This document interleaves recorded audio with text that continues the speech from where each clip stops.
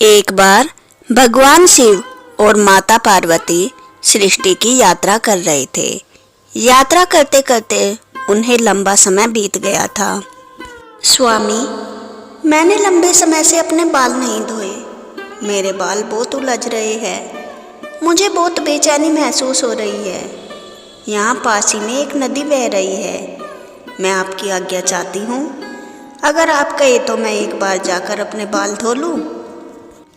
अवश्य प्रिय, जाओ, तुम अपने बाल धो लो। तब तक मैं पेड़ के नीचे विश्राम कर लेता हूँ। और माता पार्वती नदी के किनारे जाती है। नदी के पास उन्हें कुछ स्त्रियां मिलती है। अरे बहन, आप यहाँ क्या कर रही हो? अगर आपके पास थोड़ा समय हो तो आप मेरे बाल सुलझा दो। कितने ही समय से मैं अपने बालों में कंघी नहीं कर पाई और इस समय मेरे पास बाल सुलझाने के लिए कोई साधन नहीं है। अगर आप मेरी मदद कर दें तो भगवान आपका बहुत भला करेगा। अरे, कैसी औरत हो तुम? हम यहाँ पानी भरने आए हैं और जाकर अपने पति के लिए खाना भी बनाना है।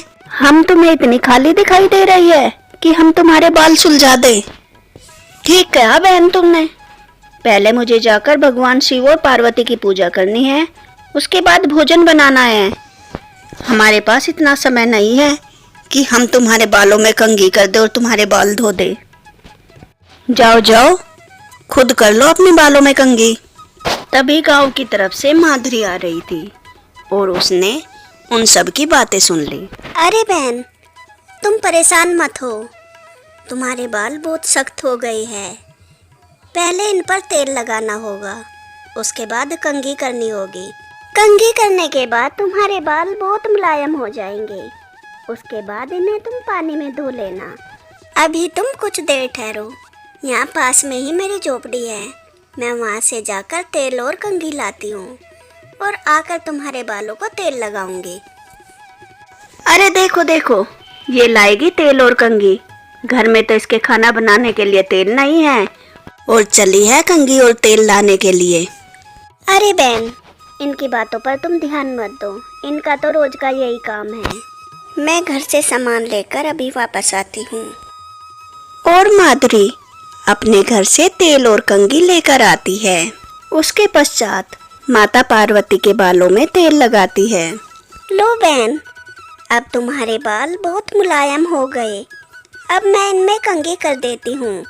अब तुम्हें बहुत आराम मिलेगा और सुकून भी। माधुरी, तुम कितनी दयालु हो और ये अन्य स्त्रियां उतनी ही कठोर। ये सब स्त्रियां तुम्हारा उपहास उड़ा रही थी, फिर भी तुमने मेरी मदद की। नहीं बहन, मैं इनकी बातों का बुरा नहीं मानती। ये सब तो ऐसी ही है। इनके पास बहुत सारा धन है, इसलिए ये मेरे जैसों की मजाक उड़ाती है। चलो, बालों में तेल तो लग गया। अब मैं कंघी कर देती हूँ।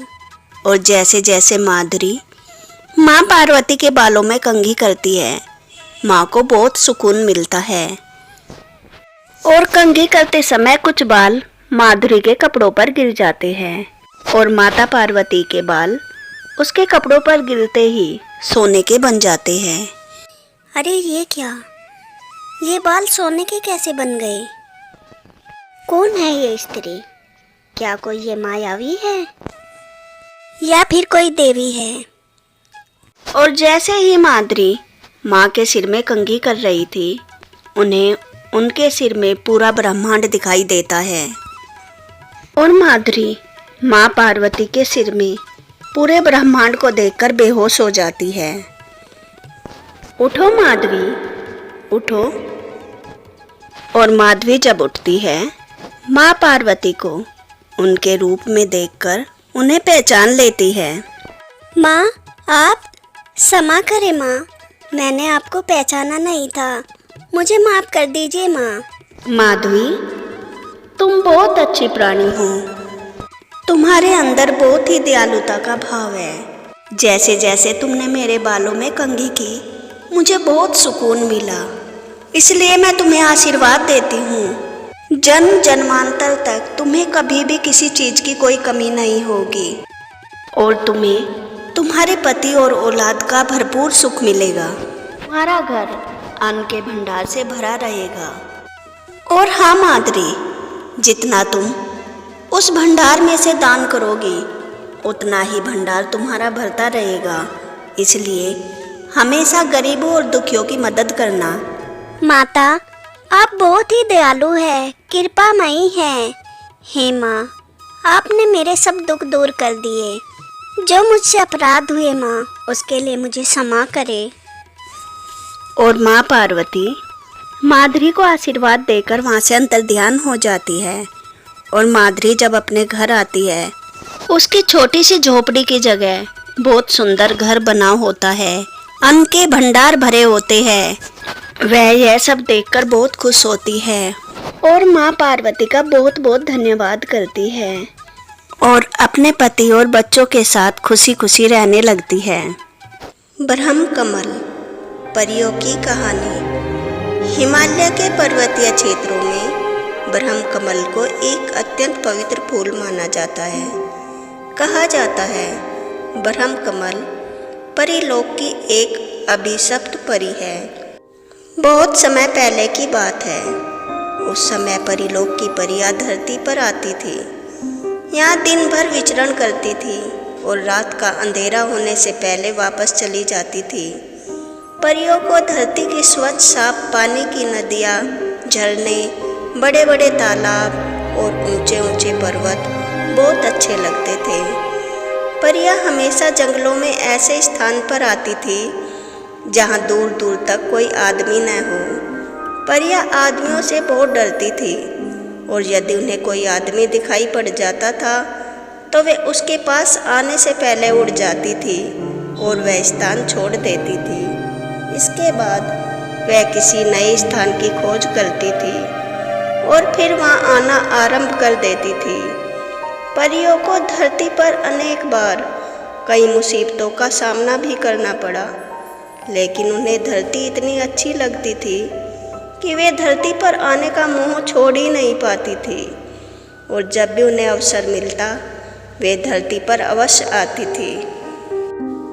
परीलोक की परियां तो पृथ्वी पर प्राय आती रहती थी, किंतु परियों की रानी ऋतंभरा पृथ्वी पर कभी नहीं आई और उसने अपनी बेटी नंदिनी को भी पृथ्वी पर कभी नहीं आने दिया। रानी परी ने अपनी माँ से सुन रखा था कि पृथ्वी बहुत सुंदर है, किंतु पृथ्वी पर खतरे भी कम नहीं। अतः उसने निश्चय कर लिया था कि वह पृथ्वी पर कभी नहीं जाएगी। परियों की राजकुमारी नंदिनी अर्थात रानी परी की छोटी बेटी, वह अपने साथ की बड़ी परियों से हमेशा धरती की सुंदरता और धरती के लोगों के किस्से कहानियाँ सुना करती थी। नंदिनी, तुम तो कभी पृथ्वी पर नहीं गई, पर हम तुम्हें बताते हैं पृथ्वी कितनी सुंदर है। हम लोग पृथ्वी पर जाकर वहाँ की नदियों, झीलों, तालाबों में खूब नहाते हैं और तरह तरह की जल क्रीड़ाएं भी करते हैं। वहाँ बड़े बड़े सुंदर वृक्ष हैं जिन पर तरह तरह के रंग बिरंगे फूल खिलते हैं और मीठे मीठे फल लगते हैं। उन रंग बिरंगे फूलों से हम मालाएं बनाते हैं और पहनते हैं और वे मीठे मीठे फल खाते हैं। एक बार उन्होंने फूलों की मालाएं बनाकर अपनी राजकुमारी नंदिनी को भी दी थी। सोनल रूपल, मैं भी पृथ्वी पर जाना चाहती हूँ, परंतु माँ मुझे जाने ही नहीं देती। पता नहीं मैं पृथ्वी पर कभी जा भी पाऊंगी या नहीं।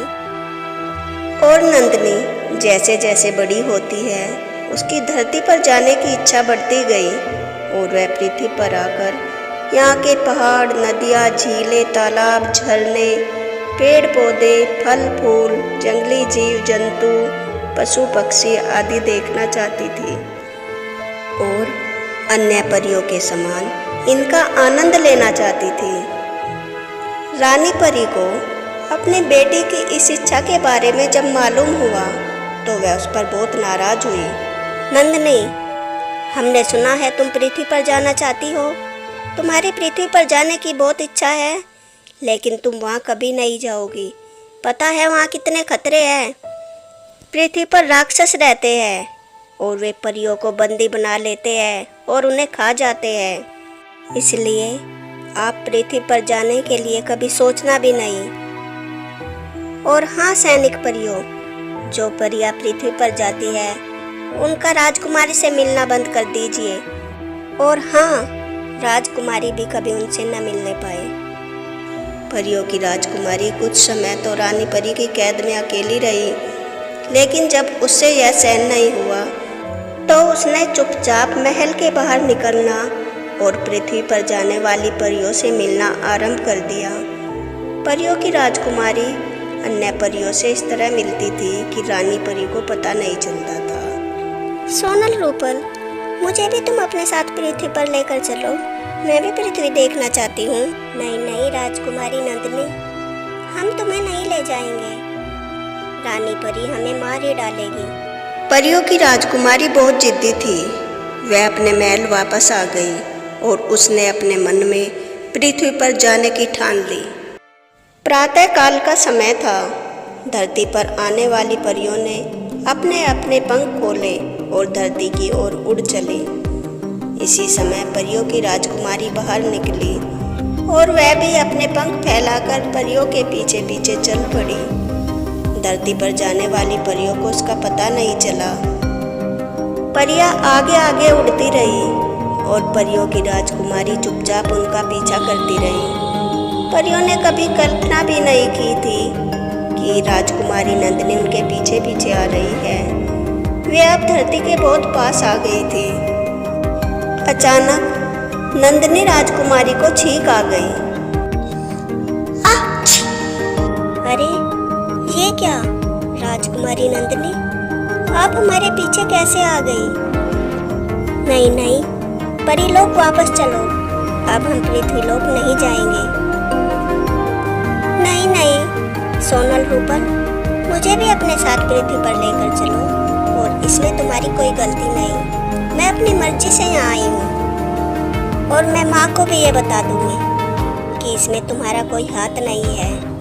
मैं खुद अपनी मर्जी से यहाँ आई हूँ और माँ को तो पता भी नहीं चलेगा। हम थोड़ी देर में ही वापस चले जाएंगे और अगर तुम मुझे नहीं लेकर गई तो मैं अकेली ही पृथ्वी पर चली जाऊंगी। सभी परियां असमंजस में पड़ गई। वे जानती थी कि परियों की राजकुमारी बहुत जिद्दी है।